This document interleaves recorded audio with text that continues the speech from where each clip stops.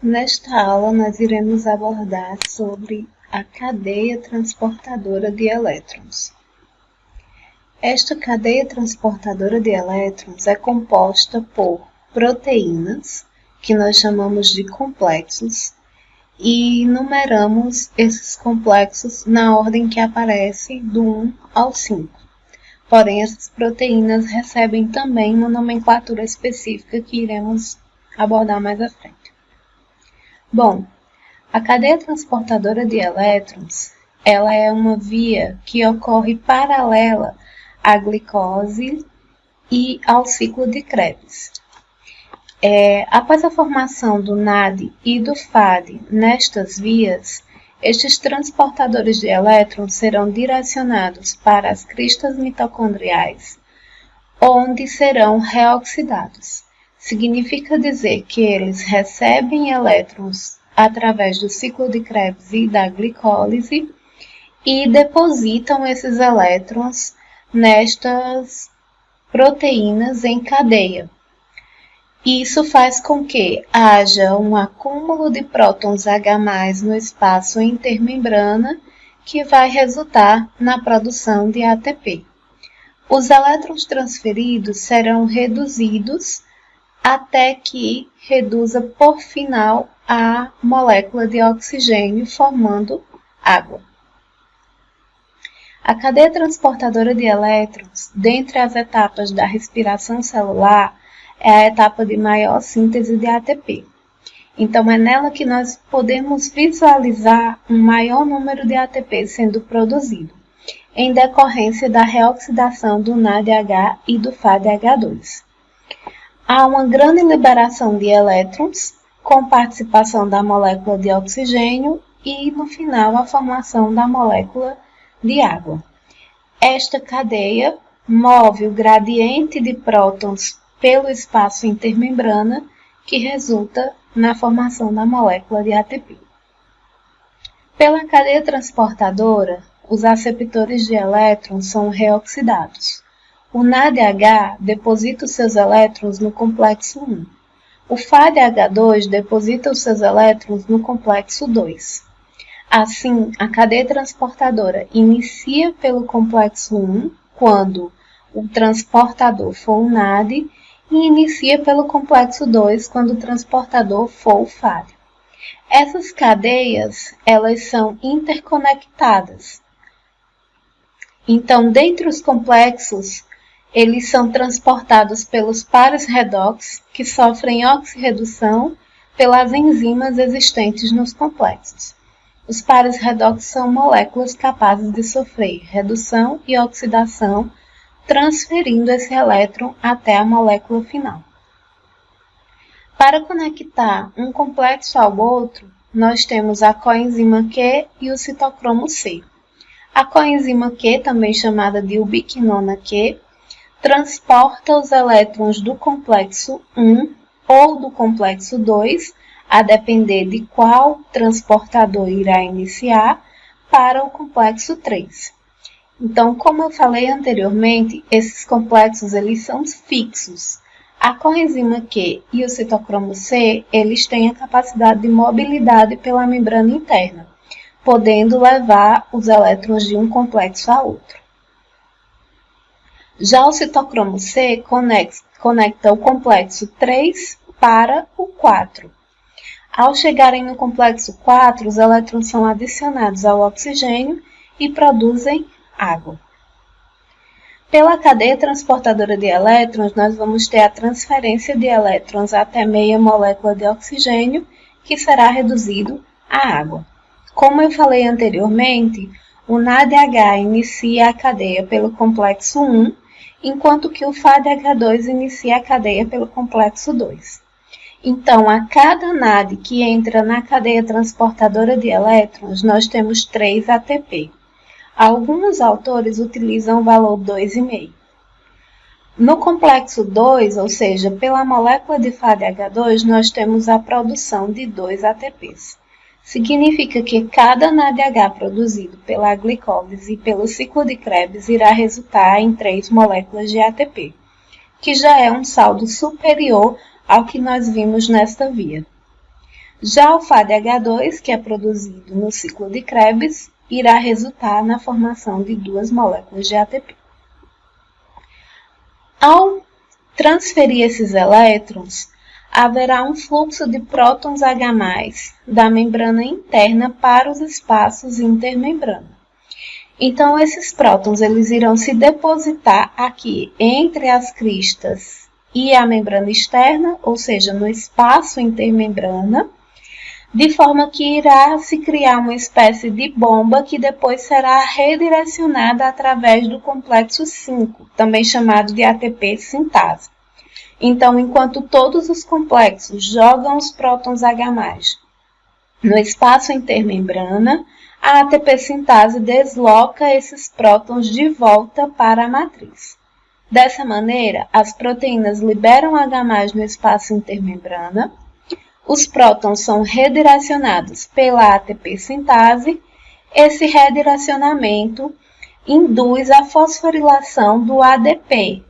Adicionando fosfato ao ADP, nós temos como resultado a formação da molécula do ATP. Com base nisso, iremos ver uma animação que explica esse processo de forma mais dinâmica. Bom, pessoal, então aqui nessa animação, nós vemos que ela retrata, ilustra aqui uma célula procariótica com todas as suas organelas, núcleo, e a gente vai focar na mitocôndria, que é onde ocorre a cadeia transportadora de elétrons. Tá? Então, vamos tentar entender o mecanismo que aproveita a energia contida nas moléculas de NADH e FADH2 para sintetizar ATP, certo? Então, vamos clicar aqui na lupa, aí ela foca na mitocôndria, então nós podemos ver aqui membranas externa, interna, crista, matriz. Então, essa cadeia ocorre na membrana interna da mitocôndria e é para lá que vão as moléculas de NADH produzidas durante a glicólise e o ciclo de Krebs. Então, vamos clicar aqui no NADH. Ela se aproxima da membrana interna e aí é importante a gente visualizar que fica aqui o espaço intermembranar e a membrana externa.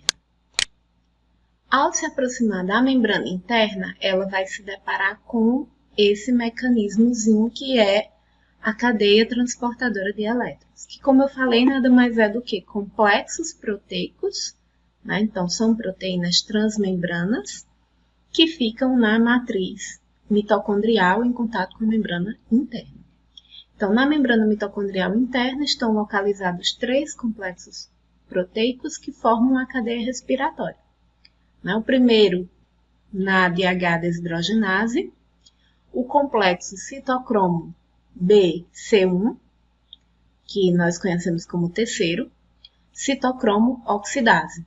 Tá? E entre essas moléculas nós temos a ubiquinona, tá? Que também é conhecida como coenzima Q, e o citocromo C. Nessa membrana está também a ATP sintase. Vejam que à medida que eu passo aqui o mouse por esses nomes, ilumina aí, muda a cor da proteína a qual eu estou me referindo. Então, vamos ver o que é que acontece. O NAD remove o hidrogênio, Quando ele faz isso, fica com o hidrogênio para si. Aliás, a NADH desidrogenase remove o hidrogênio do NAD. Quando faz isso, fica com o hidrogênio dela para si. Uma vez com o hidrogênio, essa enzima separa, do seu elétron. Então, ele vai pegar o hidrogênio e vai separar o elétron, porque a gente viu que a transferência de elétrons ela se dá por meio do hidrogênio, mas a gente sabe que são coisas distintas. Então, o elétron continua dentro dela e o hidrogênio agora H+, ou seja, sem o elétron, passa para o espaço intermembranar junto com outros 3 hidrogênios, certo? Então, o que vai acontecer é isso. Então, preste atenção no transporte das moléculas de H+. Vamos clicar aqui no NAD. Vem o hidrogênio com o elétron. Aí, a gente vai clicar aqui no hidrogênio. O elétron vai permanecer e o hidrogênio ele vai ser direcionado para o espaço intermembranar junto com outras 3 moléculas de hidrogênio. Então, nós temos aqui direcionados 4 moléculas, certo? E aí, dando continuidade, o elétron removido é então transferido para a ubiquinona. Aqui, ó. Então, é como uma cadeiazinha, vai passando de um para outro. Essa transferência acontece porque essas proteínas possuem afinidades crescentes pelos elétrons. Assim, os elétrons passam da molécula com menos afinidade para a molécula com mais afinidade, né? Então, elas vão sofrendo oxirredução. Uma ganha o elétron, a outra perde. Uma ganha o elétron, a outra perde. Tá? Então, vamos clicar aqui no elétron. Ele vai passar para a ubiquinona. Tá? Vamos continuar. Assim, quando a ubiquinona se choca com o complexo BC1, que também é chamado de complexo 3, o elétron passa para esse complexo. Vamos clicar nele. Então, ela vai, encosta e o elétron passa. Certo? O elétron segue a cadeia de transporte e, ao deixar o citocromo BC1, cria-se uma diferença de potencial que leva ao transporte de mais 4 moléculas de prótons, aliás, H+, para o espaço intermembranar. Então, nós vamos clicar aqui. Ele vai criar uma diferença de potencial que vai fazer com que esses elétrons sejam deslocados aqui para o espaço intermembranar. Então, nós ganhamos aqui mais 4 moléculas de H+. E o elétron seguiu, né? Ele passou para o citocromo C e para a citocromo oxidase, também conhecido como complexo 4. Mas quem é que fica com o elétron no final? Esse papel é do oxigênio. Então, o oxigênio ele é o aceptor final. Por ser muito eletronegativo, o oxigênio é o aceptor final. E note que ao fim do transporte dos elétrons, a concentração de H+ no espaço intermembranar está alta, né? Então, houve um aumento aqui. Vamos ver. Quando eu clico no elétron, ele vai para o hidrogênio, vem mais prótons H+ deslocado pela citocromo oxidase, e aí vamos dar continuidade. O que é que acontece?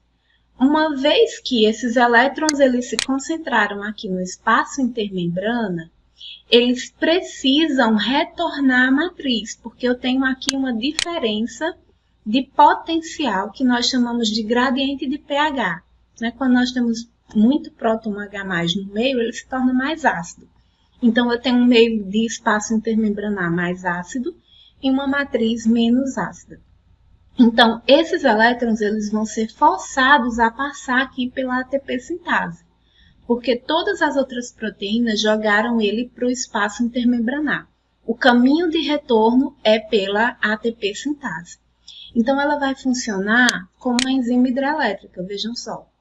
À medida que eles passam, né, a água move um gerador de hidrelétrica para gerar energia. Da mesma forma, os H+ que entram na mitocôndria movem um complexo de proteínas chamado ATP sintase e essa enzima utiliza a energia para fazer ATP. Então, à medida que eles passam, o ADP vai sendo fosforilado e vai gerando ATP. Né? Aqui está a comparaçãozinha com uma hidrelétrica, mas isso ocorre aqui no espaço intermembrana, certo?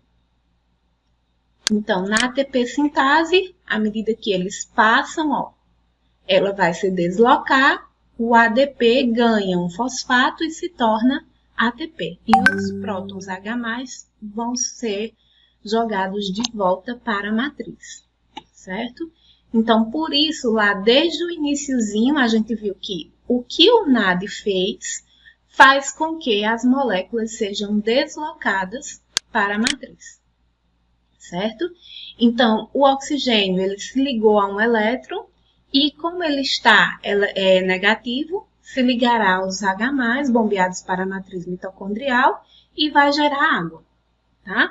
Então, eu vou ter aqui como consequência final da cadeia transportadora de elétrons a produção da molécula de água e eu vou ter a produção da molécula de ATP, sendo que a cada vez que isso ocorre com o NAD, eu tenho uma produção de 3 moléculas de ATP, certo?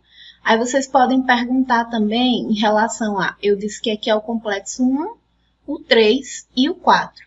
Sim, porque quando inicia pelo FADH2 é que nós temos o complexo 2. Então, o complexo 2 ele fica inativo quando se trata de NAD, tá? Esse mesmo processo ocorre com o FAD, com a diferença que ao invés de ser 1, 3, 4, vai ser 2, 3, 4, certo? E aí isso vai modificar a quantidade de ATP no final, né? Então, quando eu clico aqui no oxigênio, ele se liga e forma a molécula de água, ok?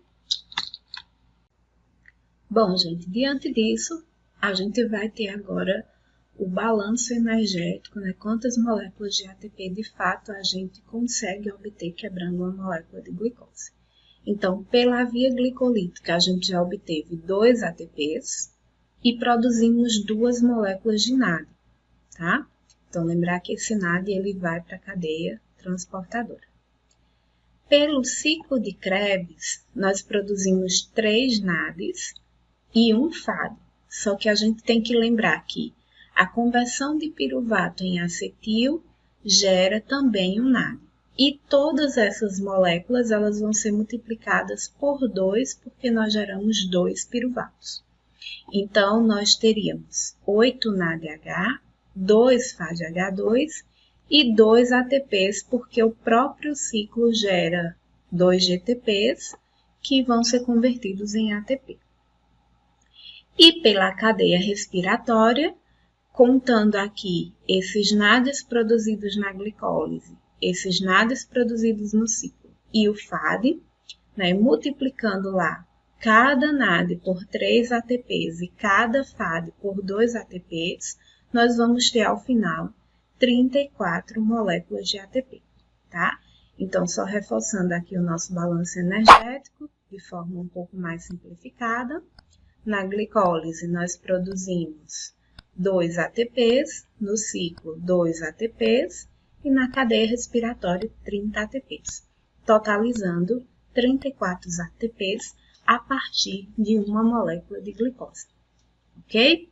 Então, essas são as principais informações sobre a cadeia transportadora de elétrons. Não esqueçam de consultar materiais complementares e bons estudos.